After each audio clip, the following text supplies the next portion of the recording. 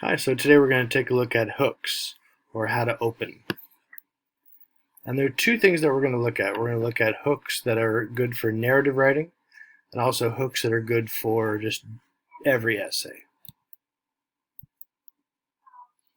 First, though, to define it, it is basically just like the metaphor suggests here, that it is the way you hook your audience in. In draft number 4, McPhee says, the hook is the lead, like the title. It should be a flashlight that shines down into the story. A lead is a promise. If it's not going to be so, don't use the lead. Alright, so first we'll take a look at narrative hooks. Now there are a lot of things you can use for narrative hooks. You can start with a piece of dialogue or conversation from your story. You can begin with an unusual statement that you as the author make. You can begin with an exciting part of the story, or what they call in medias res. As you can see here, that's Latin for into the middle of things, or starting kind of close to the climax of the story, and then kind of working your way back to the from the beginning. And then last, you could begin with an especially vivid description. So let's take a look at some of these. Maxine Kingston's No-Name Woman begins, "You must not tell anyone," my mother said, "what I'm about to tell you." It's a nice cliffhanger, just right there. You know, that's already, feel like we're getting into some secret information here. So that's already very interesting.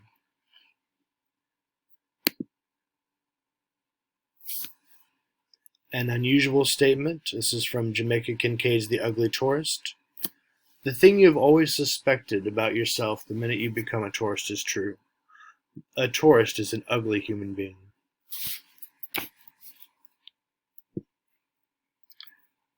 In medias res. It's probably hard to display in this sense. We would normally watch a clip from it, but it's not really that relevant to our lecture here. But it is a nice technique. If you want to see it used, if you watch the beginning of Quentin Tarantino's Reservoir Dogs, that film does in medias res. The beginning of the film actually opens with the coffee shop scene, as you see here. After that, there's the famous slow motion shot, and then it fast forwards to the very end. Right, this is before, fast forwards to the end, and then it plays it back from the beginning. So that's an interesting cinematic example of in medias res. Vivid description from N. Scott Momaday's The Way to Rainy Mountain. A single knoll rises out of the plain in Oklahoma, north and west of the Wichita Range.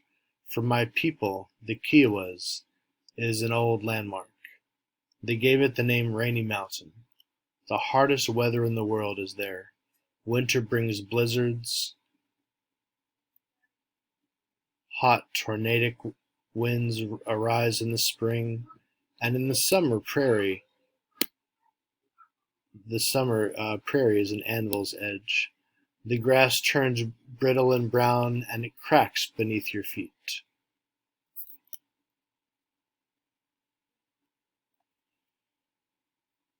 And for narrative, here's another example. This is from Rolling Stone magazine. In the long, tedious hours between sound check and showtime, Brian Wilson likes to park himself at the side of the stage, hidden behind the curtains in an oversized black chair. The chair has traveled with him Tokyo to Tel Aviv and back home to the Pantages Theater in Hollywood tonight. Dressed in a lavender button-down sweatpants and white Nikes, Wilson sits impassively atop his faux leather throne, munching sushi rolls as the pre-show noise and bustle swirl around him.